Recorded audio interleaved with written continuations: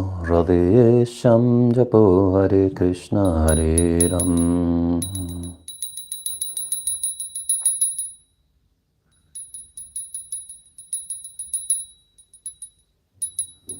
Tvameva Mata Cha Pita Tvameva Tvameva Bandhushka Sakha Tvameva Tvameva Vidyam Dravinam Tvameva Tvameva Sarvamam Deva Deva.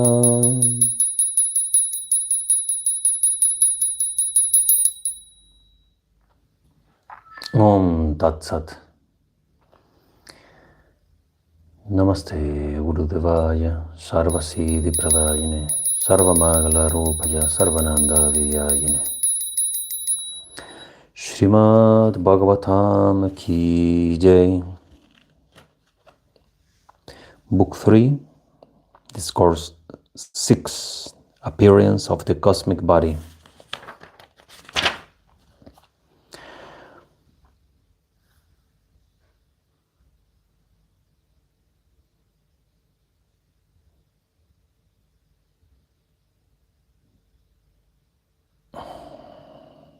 The sage Maitreya said, when the Almighty Lord saw that his own powers, the Mahatattva and the rest, were unable to start the work of creating the universe because there was no harmony among them, he assumed his divine potency known by the name of Kala.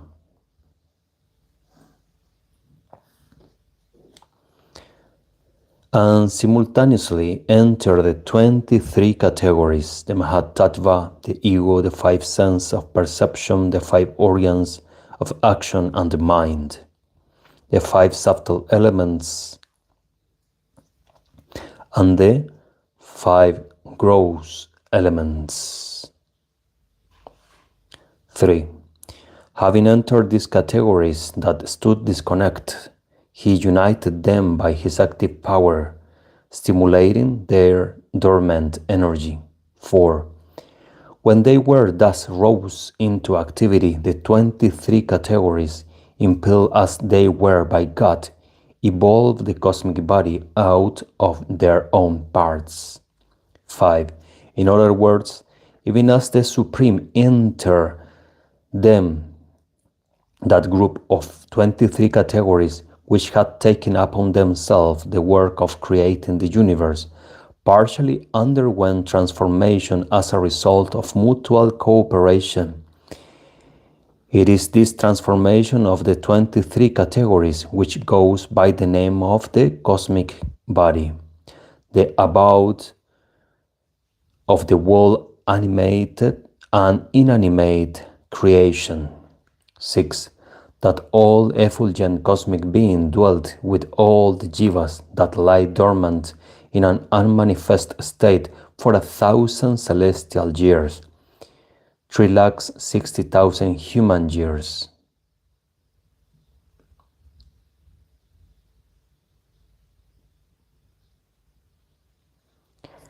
In the space having the shape of the interior of an egg with water surrounding it on all sides.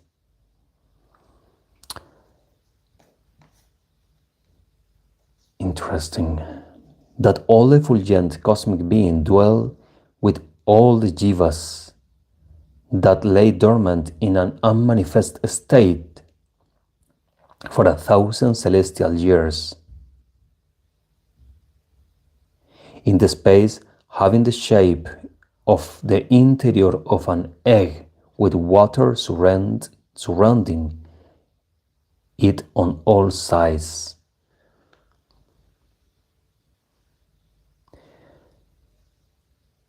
This reminds me the cosmovision of the Bible, because Bible say that Earth is surrounded by water also. Basically what we see in the sky as blue color is water actually. But this earth is protected from the water by some kind of dome or some structure that is protecting the earth from the water outside. So this is super interesting because Bhagavatam is telling a similar idea, with the exception that this is the cosmic creation. So it's the egg with the 14 planetary system, the mandalas, mandala kriti. And not only the Bhumandal, not only the disk of planet Earth,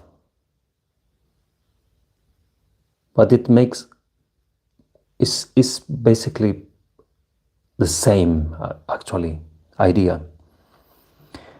That cosmic body, that evolute of the categories entrusted with the work of creating the universe, endowed as it was with knowledge, activity, and the power of enjoyment, manifested itself of its own accord as one, the heart as 10, the 10 vital airs, and the 3 adhyatmika,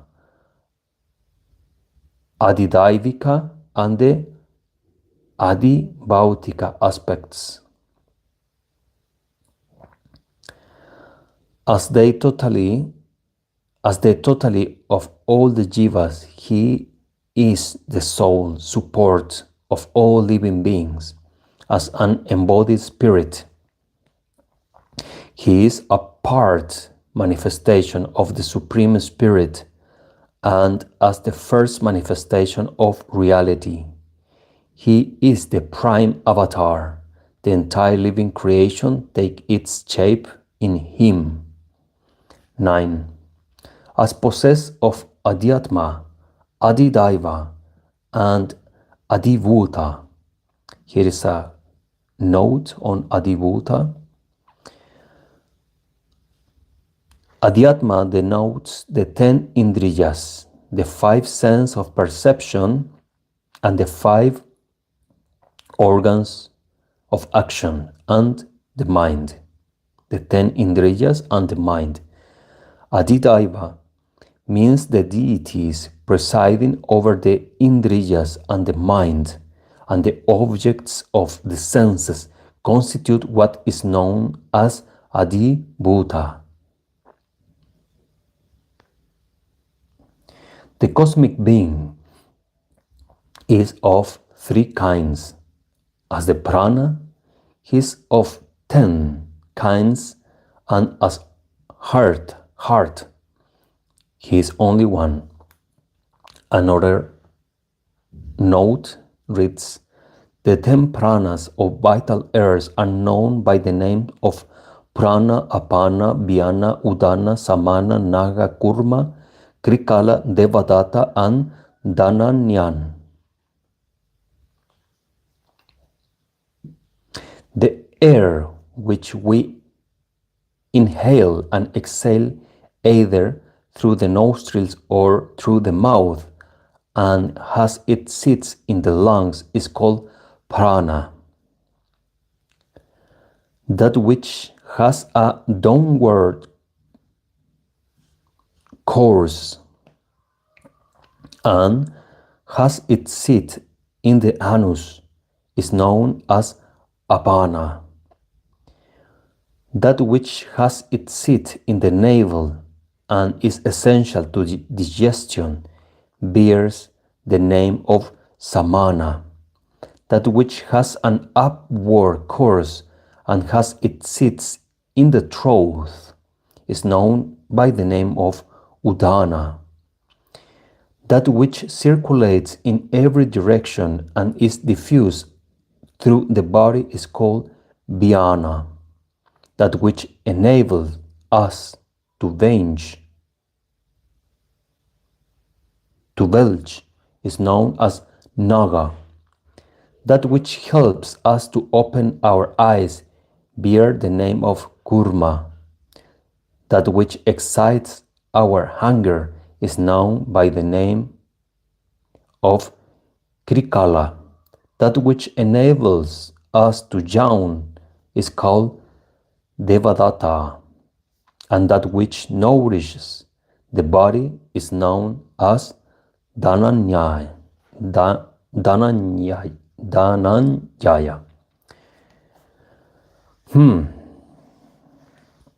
Now 11. Now hear from me as I tell you how many abodes of the deities presiding over the senses of perception and the organs of actions appear in the body of the cosmic being, illuminate as he now was by the Lord effulgence in the shape of consciousness. 12. First of all, there appeared in him a mouth, the god of fire, one of them, 10 protectors of the world, whose abode is, enter it along with his power, the organ of speech, by means of which the jiva, the embodied soul, utters words. 13. Then appear in the body of Sri Hari, the cosmic being, a palate, the abode of Varuna, the god presiding over the waters, another protector of the world, who enters it along with his power, the sense of taste, by means of which the jiva perceives taste. 14. Next appear in the body of the cosmic being a pair of nostrils, the abode of the twin gods Ashvins, the celestial physicians, doctors, who enter them along with their power, the olfactory sense, the means of perceiving odor. 15. Now appear in the body of the cosmic being a pair of eyes, Twasta, the sun god, another protector of the world, entered them, along with his power, the sense of sight, the means of perceiving color. 16. Again appear on his body the skin, the seat of the tactile sense, the wind god, another protector of the world, entered it along with his power, the tactile sense, by means of which the jiva experienced touch. 17.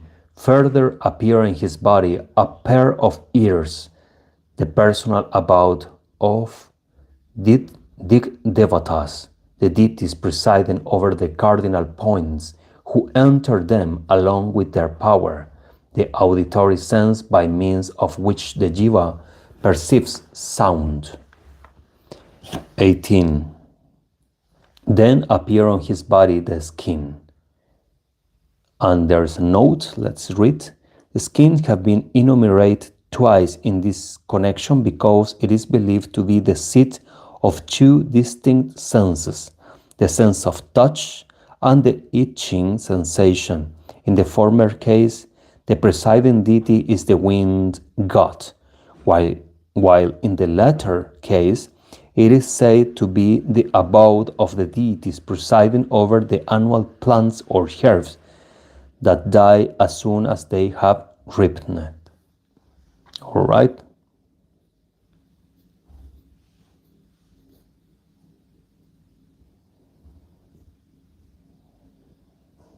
Then the skin has two devas presiding.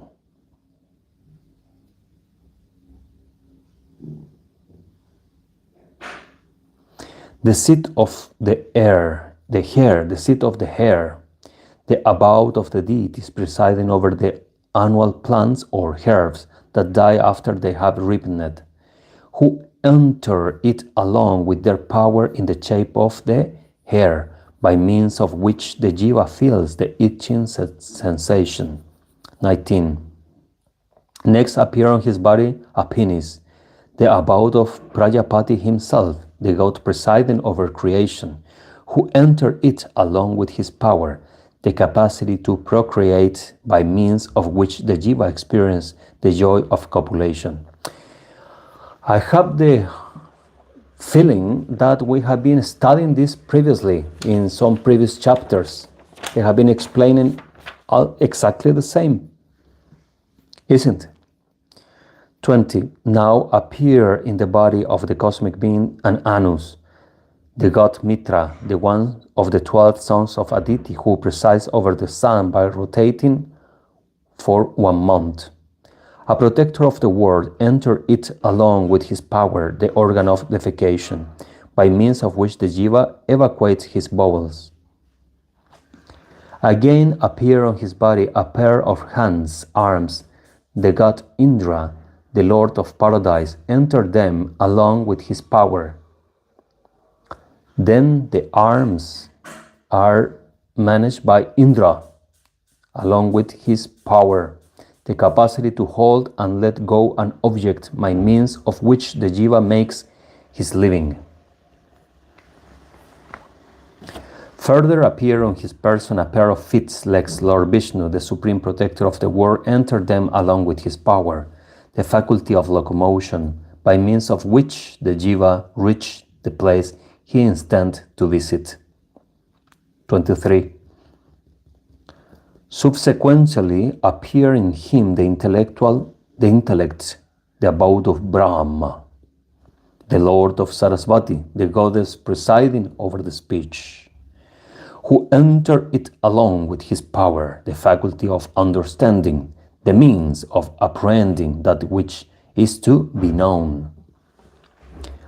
24. Thereafter appear in him a heart, the abode of moon god, who enter it along with his power, the mind, by means of which the jiva indulge in thoughts of various kinds. So,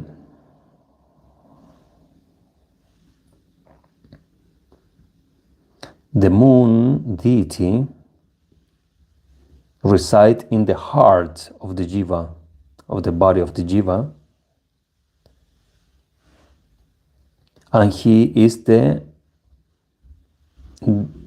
deva of the mind.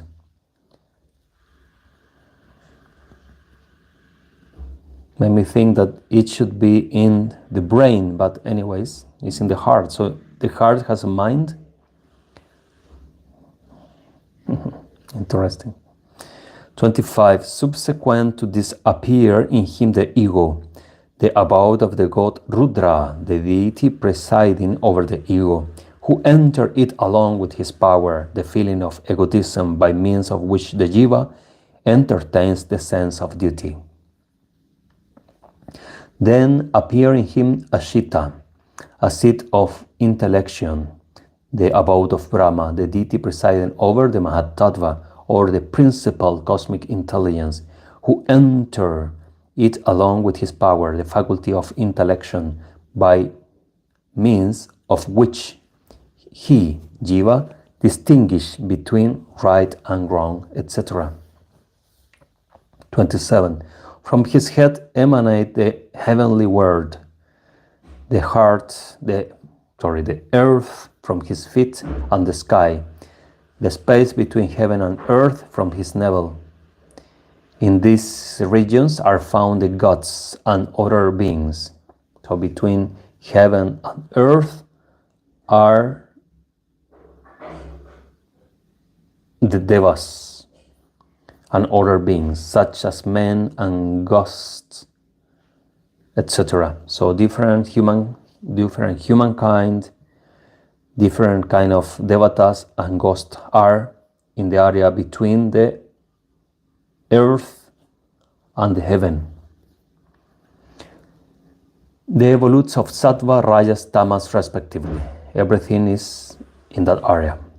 Out of this, the gods, through the predominance of sattva, the quality of goodness, found their abode in heaven.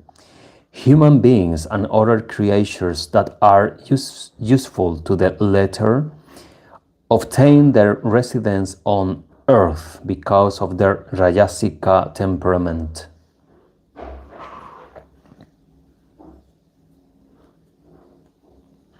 While the hosts of Rudra's attendants, spirits, ghosts, etc., took up their residence in the sky between heaven and earth.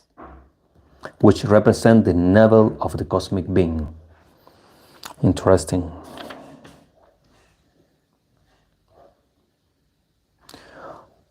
And 30. From the mouth of the cosmic being emanate the Vedas, or Vidura, as well as the Brahmana, who came to the forest of all the Varanas, as well as their teacher, only because he sprang from the mouth of the cosmic being. From the arms of the cosmic being emanate the vocation of a Kshatriya, viz. The protection of governance of the people, as well as the Kshatriya himself, who is devoted to that profession and who, being a ray of Lord Vishnu, the protector of the universe, is born to protect the other Varanas classes against the ravages of thieves and robbers. 32. From the things of that Almighty Lord, the cosmic being, proceed agriculture. From the tithes proceeds the agriculture and other occupation of the Vaishya, which provides subsistence in the shape of food and other necessaries of life to the whole world, and also the Vaishya himself, who by his own pursuit procures a living for all mankind. From the Lord's feet was evolved the calling of service, which is essential for the proper discharge of all sacred duties, and from those very feet for carry on this pursuit and produce of yore the Shudras, whose very occupation secure the pleasure of the Lord. Note: service in the roots of the successful performance of all sacred duties. No sacred obligation can be discharged without service.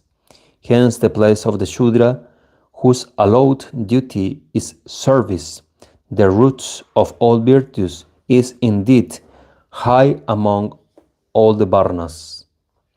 The Dharma duty of a Brahmana has moksha for its goal. That of the Kshatriya has enjoyment of its objective. That of the Vaishya has wealth for goal, while that of the Shudra has dharma for its object. In this way, while the dharma of the first three varna has the other three purusharthas, object of human pursuit, for the goal, that of a Shudra has dharma itself for its goal. Hence, it is declared above that the very occupation of a Shudra secure the pleasure of the Lord. How interesting, very interesting note, right? Very interesting note. So, Brahmana's goal is moksha, Kshatriya's goal, enjoyment, Vaishya's goal is wealth, and Shudra's goal is dharma. And this please Bhagavan. Super interesting line that we just read. Okay, service, pleasure of the Lord. 34. For the purification of their heart, all these four classes reverently adore by means of their respective duties their own father, Sri Hari, from whom they all sprang up along with their several occupations. 35. Who can dare describe in full, O Vidura, the cosmic body of the Lord, who has time, karma, and swabhav of the jivas for his potencies, the body which reveals the might of the Lord's Yoga Maya divine power? 36. Yet, in order to purify my own speech, which has been rendered full by other profane talk, I proceed to sing the Vidura, the glory of Sri Hari, according to my own poor lights, and on the basis of what I have heard from my preceptor. 37. The wise declare that the sole utility of men's speech decidedly lies in uttering the praises of the Lord, who is the foremost of those enjoying the highest renown, and that the sole utility of one's ears lies in their coming into touch with the nectar-like discourses of Sri Hari, delivered by learned men. 38. Was it possible, dear child, for Brahma, the first of all seers, to fathom the glory of Sri Hari, the universal spirit, even after pondering it for 1,000 celestial years with his intellect ripened through the practice of yoga? 39. Therefore, the Lord's Maya deludes even those skilled in creating illusions. When the Lord himself does not know the course of his own Maya, how can others fathom it?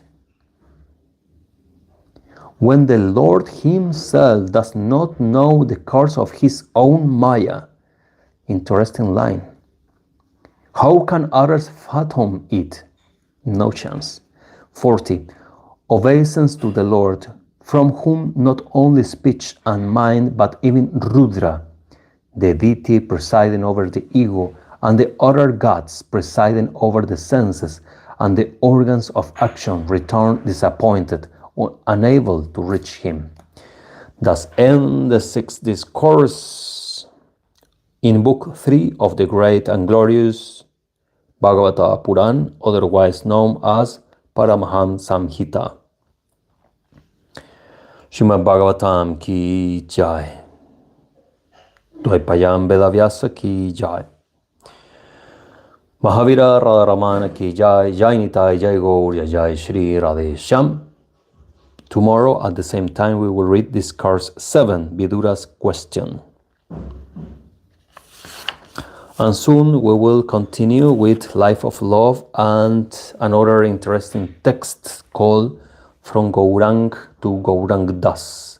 Interesting text for Gaudiyas. Radheshyam. Until tomorrow. Pranams. Bhajanitai Gaur, Radheshyam.